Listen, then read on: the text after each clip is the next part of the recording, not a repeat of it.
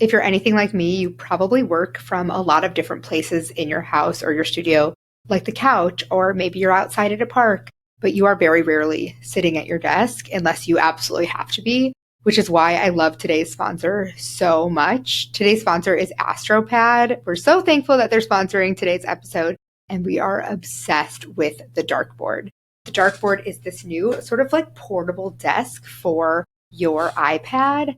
And it basically means I can now work from anywhere without needing to immediately go have a chiropractor fix my back from hunching over, basically like a troll. I actually had a massage scheduled for later this week because I had some illustration projects I needed to work on my iPad. And I used my dartboard to get the project done, and I do not have back pain. It is an actual miracle. I'm one of those people who sits cross-legged at my desk. I put one foot on the dash when I'm driving, which is absolutely horrible. I just sit in the weirdest positions all the time. And so having something where I can actually get comfortable while I'm drawing instead of hunching over at my computer, being so uncomfortable and creating so much back pain it's a 10 out of 10 for us. The dartboard is definitely changing the way we work and how comfortable we are while we're doing it. So be sure to check one out today. Thank you so much to AstroPad for sponsoring today's episode. I see that. Yeah, well, I just wanted to give you a heads up. I mean, it's like sexy bedhead, but like a little too tousled, like you just got done doing it. That's actually how I described it to my hairdresser. I said, listen, I have 2 children. I run a business. I'm not doing my hair. Make it look like I woke up like this, but in like the cool way. And she was like, I'm not going to use scissors on your hair. I'm going to use this razor. Oh, you got a razor job. She razored the whole thing, a razor job. Where did we come up with this shit? Anyway, I need that to be done to my hair. I'm trying to grow it long. It's getting there. It is long. You've grown it. Yeah. You put water on it. It grew. It grew. I had it like cut short like 2 years ago to here, and it was beautiful for like a day. And then I was like, I don't do this.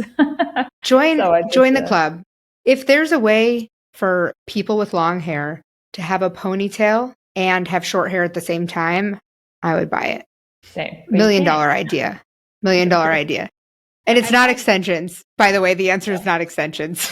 I've had my hair long for like my whole life. This is like very short for me. And after my wedding, when it was very long, I cut it to like here. And my grandma at lunch one day was like, oh, thank God. I hated your ratty hair. I always think it looks so, what did she say? So homely. I was like, so Grandma. my whole life, you just thought I had ratty hair.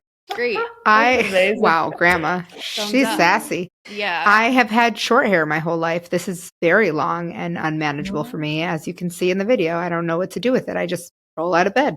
I've done both. My hair's better when it's longer because I don't have to do as much to it. But the grandma story reminds me of when I was younger, I used to like always put highlights in my hair and like have it more blonde. And then she passed away a while ago, but like at one point I had it dark just as my natural hair color. And she's like, oh, finally, you look Italian. I was like, Italians have, I was like, you used to have blonde hair. Italian. Yeah. I was like, but you used to have blonde hair and you are Italian. But that was always really funny. Oh my gosh. Yeah. My grandparents always get mad when I change my hair color. They're very judgy. This is like, I just went more blonde with it. And they were like, well, that's interesting. And my mom goes, do you like it? And that's how. I'm so glad that this podcast started off with us just talking about how other people talk about our bodies. You got a green wig? No, I'm saying you should get a green wig and be like, do you like it? Oh, yes. That would be a great joke. If I did like a temporary tattoo, my God, they would wheel me out of the house and say, never come back. Oh, it's a good thing you don't live at home. I always wanted a tattoo, and then, they scared me out of it. I was like, okay, I don't want to be turned away from my family. Oh, what a sad story. Yeah, I live a really difficult life. My parents were pretty like, neither of them have tattoos, and I wanted one when I was younger, and they're like, if you could just wait until you're 21, so like, at least you're a little older, and you're like, no. So I did.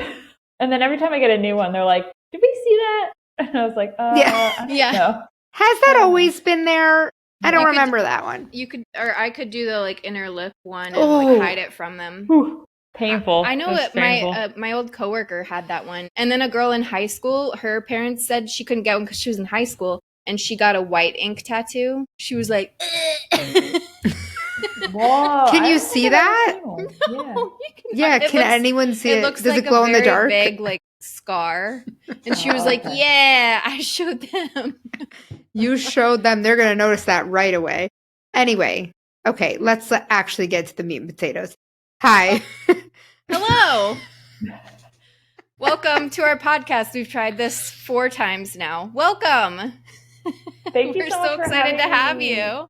Yes, this would be awesome. Can you do a quick introduction of who you are so everyone listening from the get-go? Because we have this thing where we end up talking like we just did in our intro that must get cut, where we're talking and then people don't actually know the guest we're talking to. So if you could just talk about who you are and what type of work you do, I think that'll be a great place for us to start. Yeah, my name is Vittoria, and I am an artist, and I live and work in Los Angeles, California. I'm originally from New York. My husband and I just moved here a few months ago, so it's been really nice to see how the West Coast has impacted my work. But majority of my work ends up being pretty abstract. Majority of it is painted by hand. Sometimes it's digital. And the goal behind it all is to just celebrate the nuances of being a person and emotion and beauty. I love that. What a well-said little elevator speech. She's got her pitch down pat. Yeah. You love to hear it. First of all, I'm in New York, and you've only been there a couple months, but how are you adjusting? They're like almost polar opposites, but obviously they have some similarities. Are you feeling good? Yeah, I mean, the biggest difference here, I think, is the weather, even though we got a tropical storm recently. So that was a little nod to the East Coast for sure.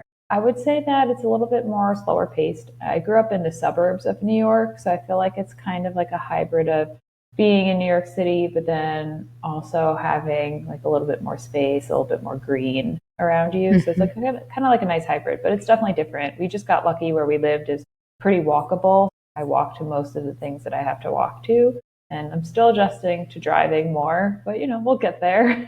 Yeah, for sure. I'm actually in upstate New York, so I'm like 5 or 6 hours from the city.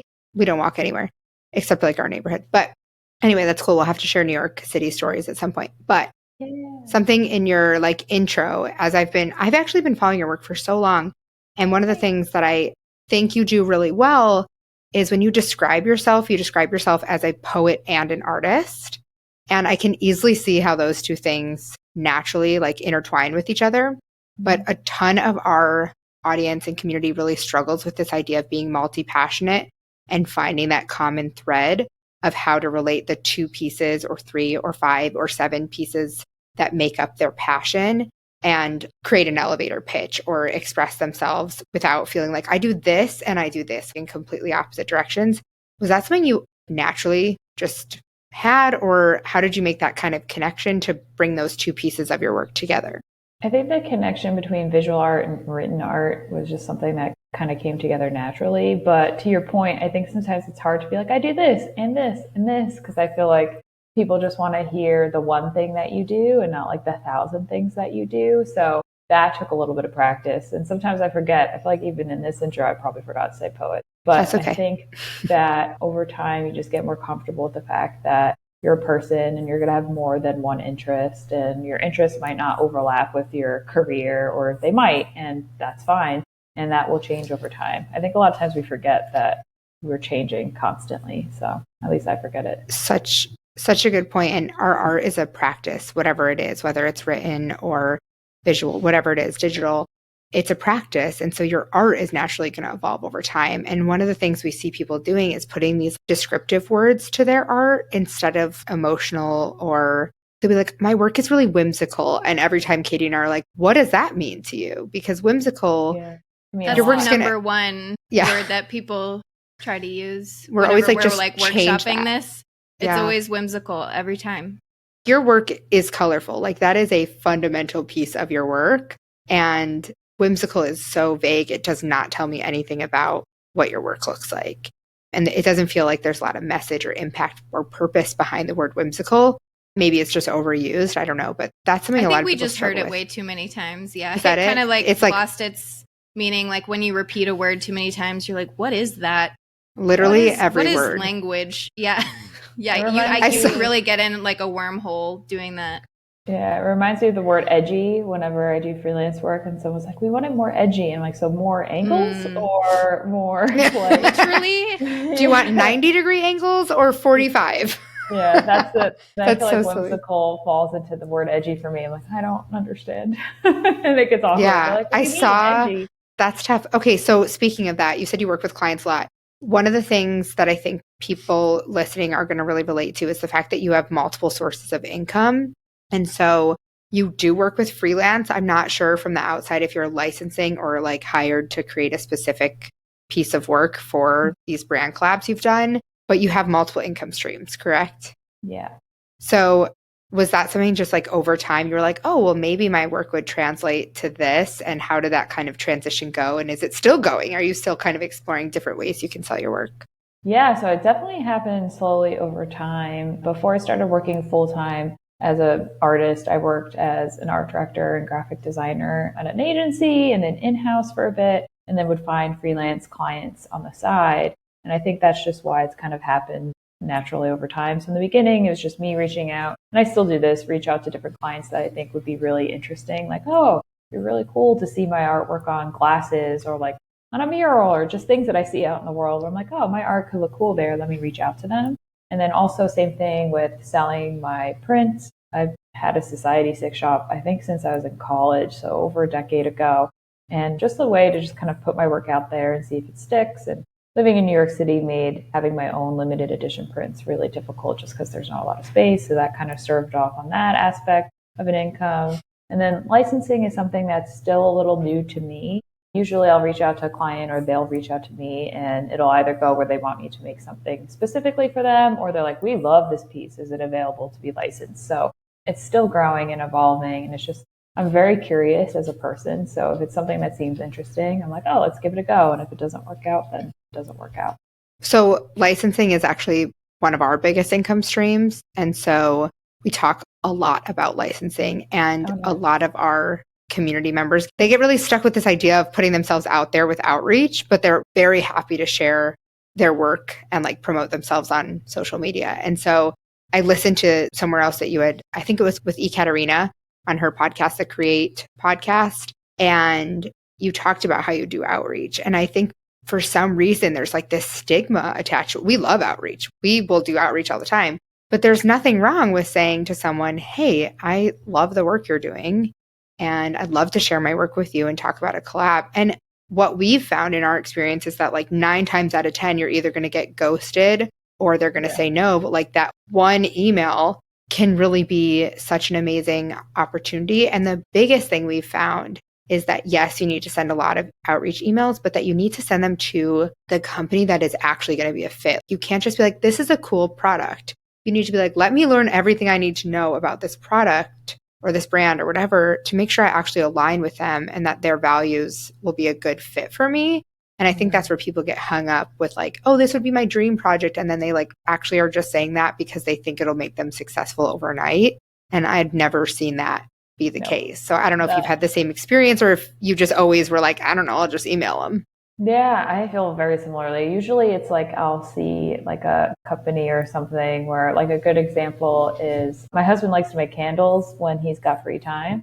So we use those like lighters, the really long ones. They're kind of ugly. And I was like, could be really interesting to make something that's really beautiful. So I started to research different lighter brands and found one that was more like for home and less for like being out in the world. And so, yeah, I feel with you. I feel you on that. I think it's more just finding what's a fit for you. I've never heard of a project that's made an artist famous overnight. I think it's just like, like I don't even know if that's like the goal that I have for myself. It's more just being able to share my work with people that resonate with it and being able to support myself on that. Yeah, so I think that's a good differentiator for people to know. I guess I never really gave it much thought, but I gravitate towards just finding people that I think would resonate with me. How do you approach the outreach once you kind of zero in on your idea or a brand that you think would be a really good fit? I think people would love to get some practical tips on how you've handled that and been successful.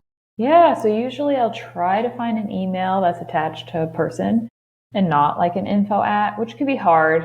I get it that when I worked full time, you'd be like, no one get my work email. But if I can't find it to a person, I'll try to just send it to, like, they usually have a PR or marketing at thewebsite.com. And I'll just introduce myself, talk about my work, a few of the brands I've worked with in the past, and then how I'd like to work with them. Not in anything too detailed because you don't want it to be a novel. And then just leave them with my website and hope for the best. And a lot of times, like you said, it's just like you don't hear back. But the few times you do is really awesome. Yeah, it's so interesting, the dynamic between an email versus like Instagram DMs or like just the expectations we have.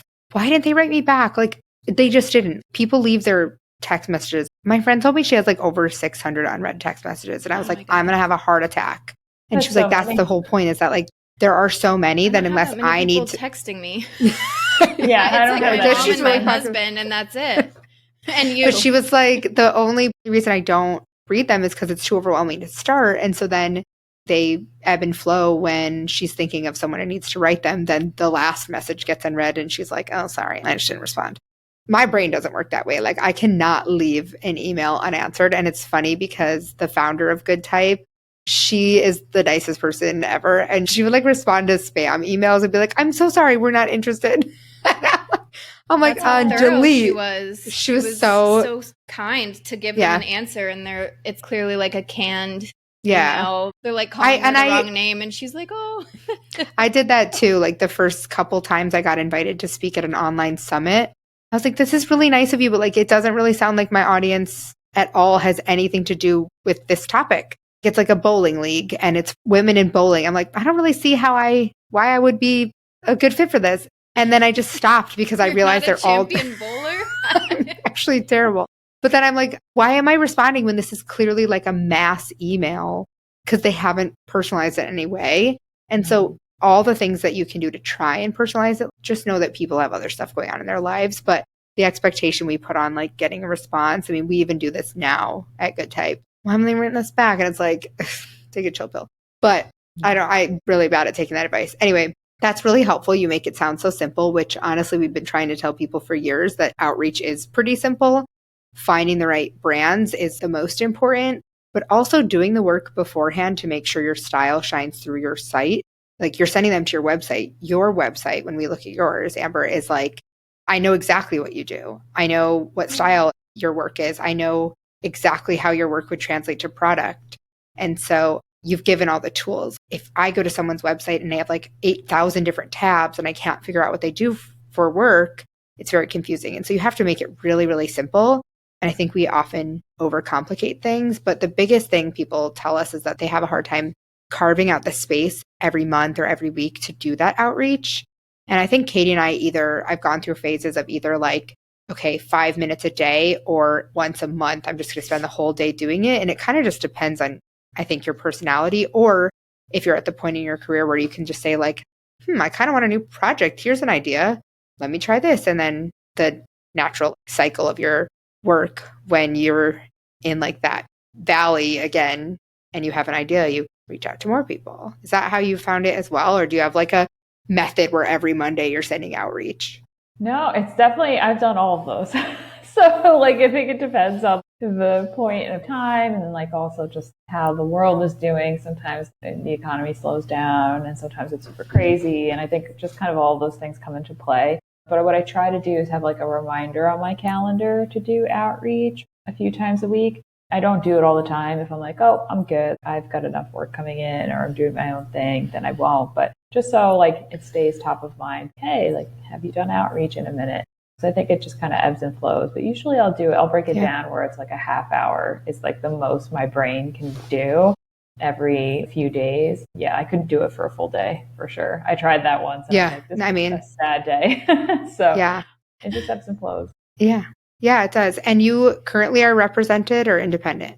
So right now, it's just me. I've worked with a few agencies in the past for like creative and licensing. And you think I would have learned the lesson after the first time is that I just really like working directly with people. I think that that's the thing that I miss, which I know a lot of artists are like, yeah, I don't want to do anything with. Yeah, they're like, hell no. Yeah. Well, I'm the opposite, which I think it took me a minute to realize, where I was just like, oh, I really enjoy meeting and chatting with people and working with them and getting on calls or Zooms now, or meeting in person if you can, to come up with. Well, that's a good thing because you get more money.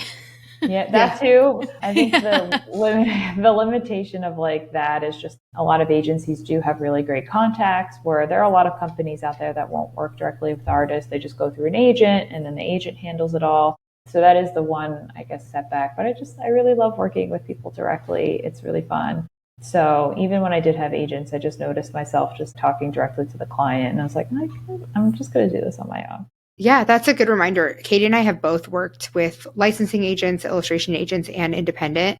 And one of the things for me that works is for licensing, it's just they're constantly sending my work out.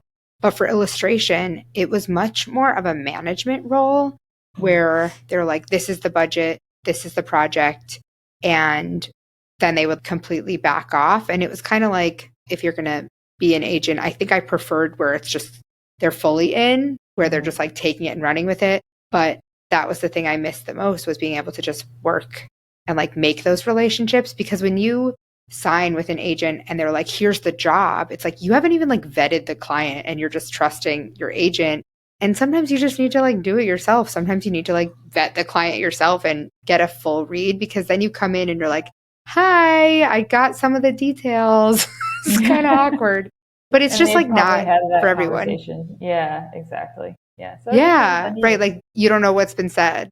Yeah, it's an interesting mix. And this is another one of those things where a lot of people are like, well, if I get an agent, then I'll be able to book the biggest jobs. And I think outreach is a clear marker that you don't need an agent. They're great if you're managing a full-time job, or if you just like have other obligations and you really want one, you feel like it'll be beneficial to you, then great. But if you want to be hands in and talking with the client and having a say in like a lot of touch points, I think it's really awesome to be independent.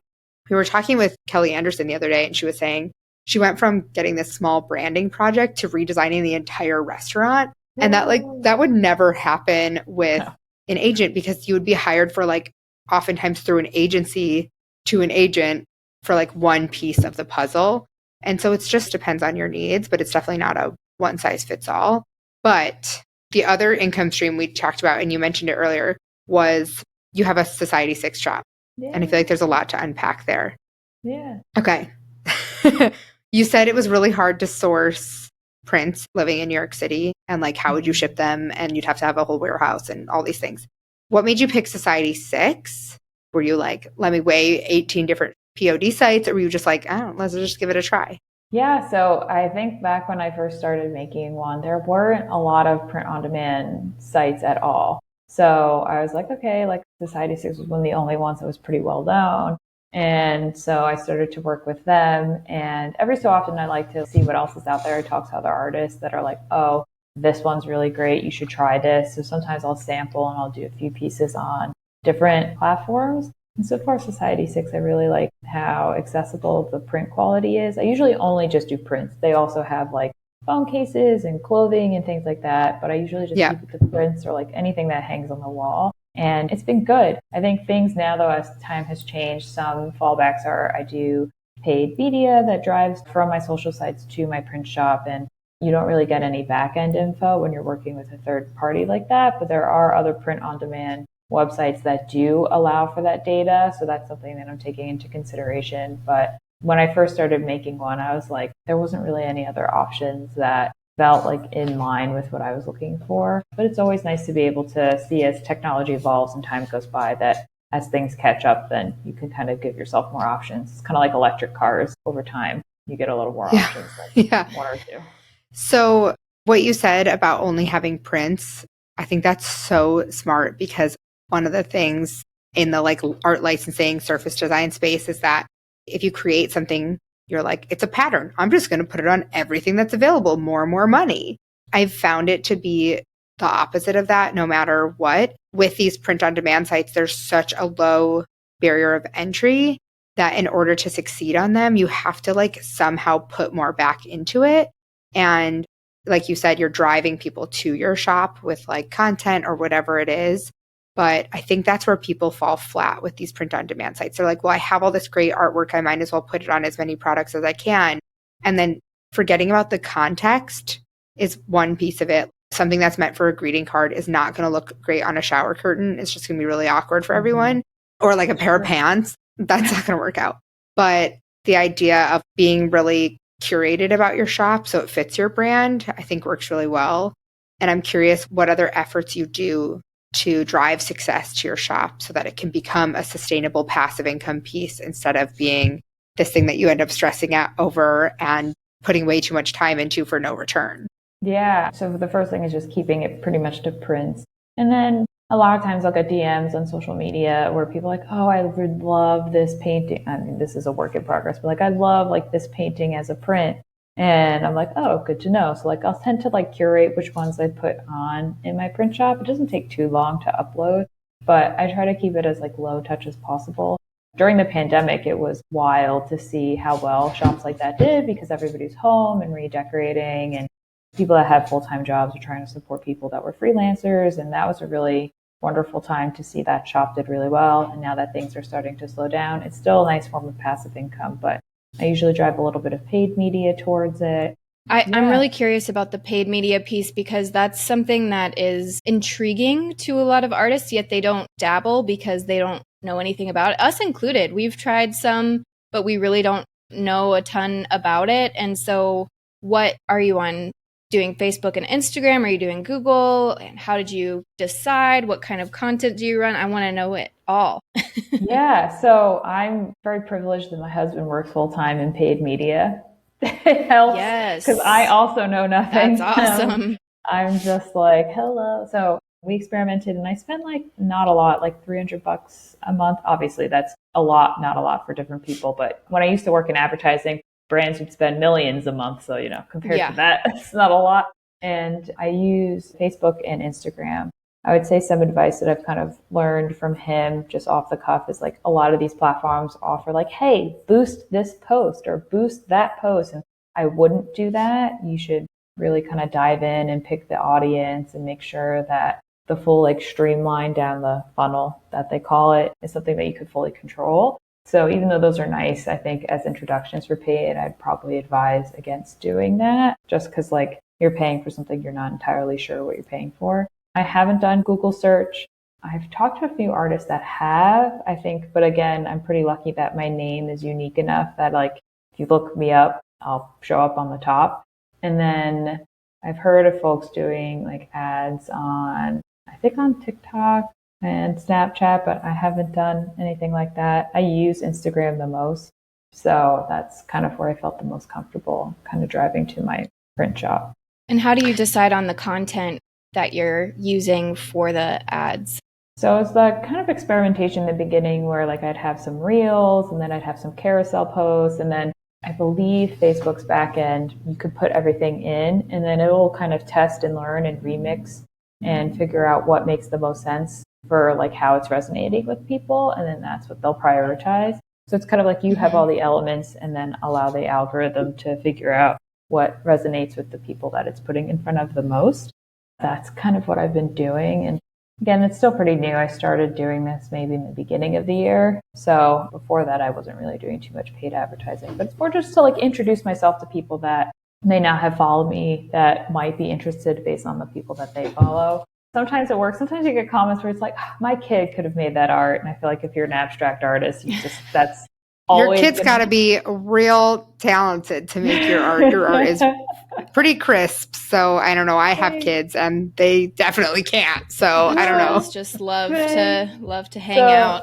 Yeah. When I get comments like that, we try to like, alter kind of like the art audience that you're gauging towards. But I remember even working full time when I worked at an ad agency making content or design as content that was paid put behind it. And you'll still get comments like that from like people being like, what is this? This is silly. So, it's definitely still in its infancy, this whole advertising on social media situation, but it's been fun. And I think it definitely, I make a bit more than what I put into it investing wise. And then to your point earlier, I don't feel like I have to constantly be like, go to my print shop, go to my print shop, go to my print shop. So it feels like I'm taking a little bit of that labor off my own plate.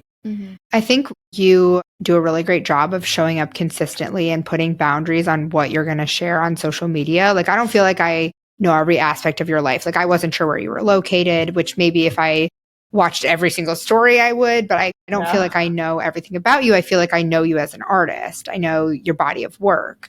And so I'm wondering if you have, because I think you're coming from a business perspective when you're using social media of like sharing your work with the world, but not from like this emotional, you're looking for human connection, but I think you draw some good boundaries. Have you ever struggled with how much should you share? Should this be separate? And then fall victim to the just ego of Instagram or TikTok? Yeah. It's so funny. I was just having this conversation with my friend Sarah Bauman. She's a painter. Her work's really stunning. And we were just talking about how we're like, should we share more like of my face even? Because sometimes people are like, I don't even know what you look like. And I was like, I think there's an interesting balance because like me as someone that watches people on social media, I definitely resonate with the people that open up to like their following, but not like fully. Like, I mean, I don't think I follow anyone where I'm like, I know every detail about their life. It's just more about like they are more vulnerable about the thing that they're sharing. So like some people I follow are really big into fashion and they talk about their day-to-day life, but it still circles around fashion or home decor or whatever I'm following. I think that I could probably push that a little more. And like, again, I'm very curious. I'm always like, I'm willing to try stuff. So I think that sharing my face a little bit more, like I started doing, like, I don't do it every day, but like in my stories, I'll just kind of talk about what I'm working on in the morning. And I'm going to try that more. But again, like you said, you want to have a boundary too, because I think even with the amount that I have shared in the past, sometimes people that have followed you for a long time will think that they know you. And I get that when I follow people on social media, you're like, you don't know this person at all. All you know is what they're sharing. But I think our minds kind of like blur the lines and we forget that. So it could definitely get into territory that could be uncomfortable and or dangerous depending on just who ends up seeing your content online. But it's definitely a boundary that I keep experimenting with. So yeah, it's like a fluid. That answers that. Yeah, no, it does. I'm Instagram fluid. Yeah, because you're always shifting. And when things change, you're like, do I want to do reels or do I want to keep doing? There's an artist that I follow, Olivia Herrick, and she never posts reels. And she also has a hard boundary where she posts an inspirational quote. She posts a tiny bit about golf because she often works with golf brands and like used to be a pro golfer or something. But she has like a fine line of what she does. And she's growing every single day because people know what to expect from her. And one time something like I must have been in her pocket, accidentally posted a story with like her kid's picture or something, or maybe her kids were using her phone. She said her inbox was flooded with people being like, I think someone uploaded a picture of your kids to your stories, like take it down. And she was like, what's happening? And she was like, oh my God, I better take it down. And she like went on and talked about how people knew that was her boundary and she doesn't feel like she wants her kids on there. And I feel the same. The other day I was like, oh, maybe I'll do like a day in the life. I really enjoy TikTok. And I'm like, if I enjoy watching, I might as well create as well. And so the other day I was at a gym and I was like, well, I guess I'm going to like quickly get a video of myself working out because that's what day in the lives are. You like document your day. And the way I felt, I was like, I cannot do this. Like it just felt one step removed from what I want to talk about. And as much as I'm like, well, I could, I'm already on the platform sharing, why not? Like I didn't feel good doing it. And when I saw other people recording, like I wasn't like, well, they're doing it, so I want to do it. I didn't see anyone else in that gym doing it. And I noticed I like put on camera mode and I was like, hey, we're not doing that again. So instead I posted a picture to my stories about how I peed my pants at the workout class. And that made me laugh. Like it wasn't me at the gym peeing my pants. It was just, it was live feed. You know what? I almost took like a picture of my sweat and my pee on my pants. And then I was like, I think this is, and I was like, I think it's too far because nobody has to know how much it was. They could just like imagine. An interior designer that I really love, she posted like I guess it was like a joke or a funny story about her kids. And I guess it showed like a toilet with some stuff in there. And it was like I don't know, but it was like to go with the funny story about her kids. But I only saw the second post, which was on top of that post. And she was like, people were apparently very offended. This is why I did it. I think I saw this. Yeah. Wait, I saw this. Mutual favorite. Yeah. Sarah Sherman Samuel. Yeah. I think the story was, there was a little bit more to it than that. But yeah, people can interpret however they want. We make up a lot of stories in our head and we make a lot of assumptions. But it's really nice to hear that you have some boundaries. Yeah, I feel like toilet time is a fair boundary. Nobody needs to know what goes on there. Even if it's an accident. I think we all get the picture. Still, yeah. You can just describe it. Don't need to show it. Yeah. I did like 400 jumping jacks, or not jumping jacks, jump ropes. Okay. Oh, everyone would pee their pants. Right out. Yeah. It's just going to come out. Right out. My day in the life would be so boring.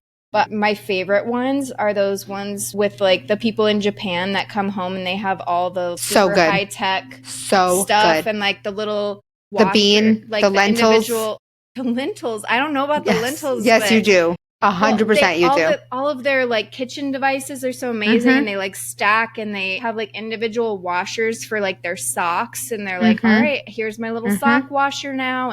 And the toilet cleaner. I never get why people are showing themselves cleaning their toilet. Well, because it's very satisfying, the tools that they have to do it. I would not show it with my little brush. No, that's really gross. But they have these super sanitary, like Amber, you definitely have not seen these, have you? No. Her face is like, what are they? We're going to send you one. I think what it is, this is the like conspiracy theory, is that these videos are like a bunch of different influencers who are using the products and it's like an affiliate thing. Like it's trying to promote the products, but there's no links. It's just ASMR. And usually there's something weird about them. Like all of a sudden the woman's putting on her slippers, but it's a man's leg. And everyone's like, wait, there's a man's leg. Like, I didn't know there were conspiracies. Is there a whole conspiracy talk about the... I think so. I don't know. But they're so satisfying to watch. And they always have if it didn't have the links to the products? For people to go Google the product, I think. Because they're probably... Google Japanese sock washer, toilet cleaner... I think so. I mean, I think so. Anyway, okay. I want to do one more topic. We haven't even touched the fact that you have a book because we both have written books and the whole process is like a whole other thing, but maybe we'll have time for that. Before we do that, I want to talk about AI because this is like, this could go either way. Like everybody buckle your seatbelts. It seems like you've really embraced AI and a lot of people we've found in our community are running so fast in the opposite direction because they're scared and they feel threatened. And all of those things are valid. I'm just curious, you've run towards it and you've adopted it in a way that adds a lot of value to your work. Let's talk about it. Let's unpack it. How do you feel? Yeah, I think it's definitely valid to be afraid. I think anytime that technology evolves, it's really scary because we don't know how we're going to react to that technology. I mean, we're still fumbling the bag with social media. So like, I get it.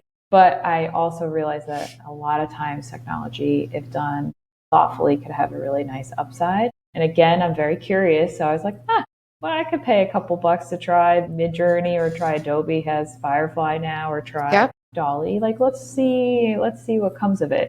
And it's about a year of me experimenting on a few of these text-based to image platforms. And a lot of it was really hideous. That's why a lot of people are like, AI is going to steal our jobs. I'm like, not now. I promise you, not right now. Yeah, not right now. It's rough to try to get it.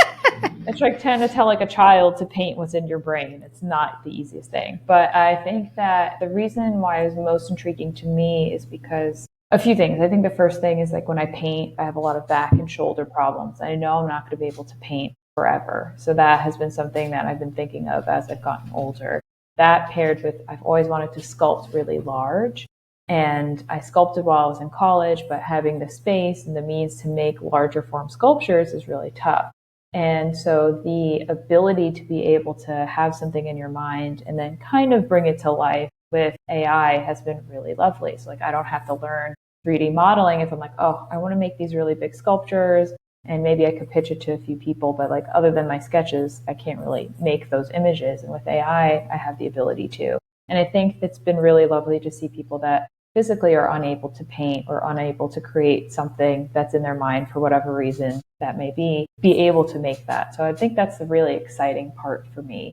There's obviously things that are very scary too, just like are these images being sourced from? And I believe recently in court, it was ruled that they can't be copyrighted. So these are all things that are very interesting that because it's in its infancy. So again, it's very valid. A lot of my artist friends are very anti-AI, and I completely understand. It's new and it's scary, and you're like, what is happening? But I always like to experiment, and I view it as a tool. So similar to that of a paintbrush or a computer or Procreate or whatever tool you use.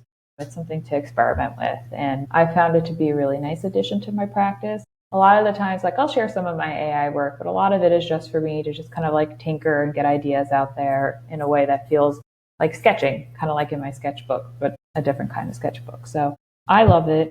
In regards to AI replacing jobs in the long term, I also think that's a valid concern. I also like to think of it in the history of art. When photography was newer, a lot of people thought like painters would be replaced, and we still exist, you know? So I think that it's just like a different tool for people to express themselves visually or creatively. AI will be beyond just visual, but I try to remind folks that this has happened in art history's past a few times over with the printing press, and then with film photography, and then with digital photography, and then with videography on the phone. And we've evolved with that. It's just that we just have to make sure to be thoughtful as this come out of the realm of infancy and into something that happens in everyone's day-to-day lives. So it's definitely nuanced, but yeah, I've gotten a lot of people being like mad that I have been playing with it. And I'm like, that's what I was going to ask. I was curious what the reaction has been, or you said some of your closer artist friends have a different opinion on it from you. Have you been able to like have a discourse with them about it? Because Ilana and I have found that when we've tried to like talk about it in the community from a place of like, how do people feel about this? Or like, what if we tried to use it as a tool? The amount of hate that came up and just fear and anxiety and just like a very, very strong opinions was really intense. So yeah, it'd be interesting to hear what your experience has been with that. Yeah, I think like with anything controversial, it's a lot easier to have a conversation with someone that knows you as a person. So it's really hard to have that conversation with people that don't know you as people, or like only know a facade of you on social media. That's a very good point. Artists that I'm not super close with that I do follow on social media that are super anti-AI, I'm not going to, I'm going to be like, I like it. Obviously, they see that on my social media. That's not going to be worth it because we don't really know each other. But for those that like I do know, I think it's just easier to be like, they have an understanding. They're like, oh yeah, that is a tool. And yes, it is very much scary, just like anything else that's new technologically. She's just using it as a tool in her practice in a way that makes sense. And not everyone has to use it. So I think that's been a little easier. The few AI pieces I did share, a lot of people were like, wow, like these do look like art. They don't look like crap. And I was like, yeah, you should see the thousands of ones I've made that do look terrible. I'm curating my own work, just like I would with my paintings. I've made so many paintings that are horrifically bad, but I curate those out and I don't share them. So I think that it just reminds me that not everyone is going to agree with what you do or how you conduct, and like that's okay. But it also reminds me that when I disagree with someone that I don't know and that I'm just following online, I try not to project my fear or my anger on that person, because again, we don't know each other. And it's tough to have a conversation where the only thing you're coming together on is the fact that you disagree on this very controversial thing. So I just have empathy especially for when that. you're back and forth in the comments of social media. It's oof. I think you said all that with a lot of grace and with, I think that was a really educated response. And I think Katie and I fall into we haven't experimented with it really, besides I've done just generative fill on Photoshop, which I actually have gotten really excited about. I like trying to make edits and being able to tell it what I want. And I did get a little tingly when I was like remembering my days of trying to like Photoshop thumbnails for like a pitch for an ad or something. This would have cut that time in like a quarter. Yeah. We haven't experimented enough to be like experts at it or know enough about it. And the same goes for like the NFT space and everything like that. But we're trying to keep a curious mind and do our research before we take any action. But the thing we're most excited about is the tools. And I saw this great TikTok the other day. Almost said an article. Just kidding. I saw this great TikTok that was like articles. Yeah. This news article where this writer was like, here's why I'm really excited about AI copywriting. I don't remember what the platform she was using, but she said she typed in this thing and she got all of these prompts. And so she opened a prompt and she was like, oh, that gives me an idea. What if I took that thing and then went off in this direction? And it was like such a little seed, and it had nothing, the final result had nothing to do with the two things that popped up. The thing that popped up was like a succulent is the blah, blah, blah, blah. And she was like, what if it takes place in a greenhouse And the story is of a young woman. And it was like, so she took it so far. And she was like, it's just a place to start instead of a blank page. And I was like, she said it so well. I have to link it in the show notes because I thought it was so well done. And it made me feel like, oh, okay, it's a tool. And I hope that other people can come to that as well. And I think the other thing Katie and I have said on repeat is that it's here. AI is here, whether you like it or not. Our world is going to change, just like the cell phone changed our world, and just like wireless and all these other things changed our world. And so it's our job to figure out how we want to use it and how we want to embrace it, or we're going to get left behind. And someone could really take this and spin it. But I don't think it's going to replace our job because we're humans. Computers, at least now, can't do what we do. We can't form a human connection. That's the piece of the puzzle that will never be replaced. And so taking that starting point and humanizing it is the beautiful piece. I think one of the biggest arguments on the other side of they can't take our jobs that I've heard is the lower level design jobs could potentially be replaced, like the entry level ones where you get your experience to then move to the next level. And I definitely am trying to learn more about that and be aware of that. But I think it's also just going to look different. It's going to be more like art directing AI in the future, potentially.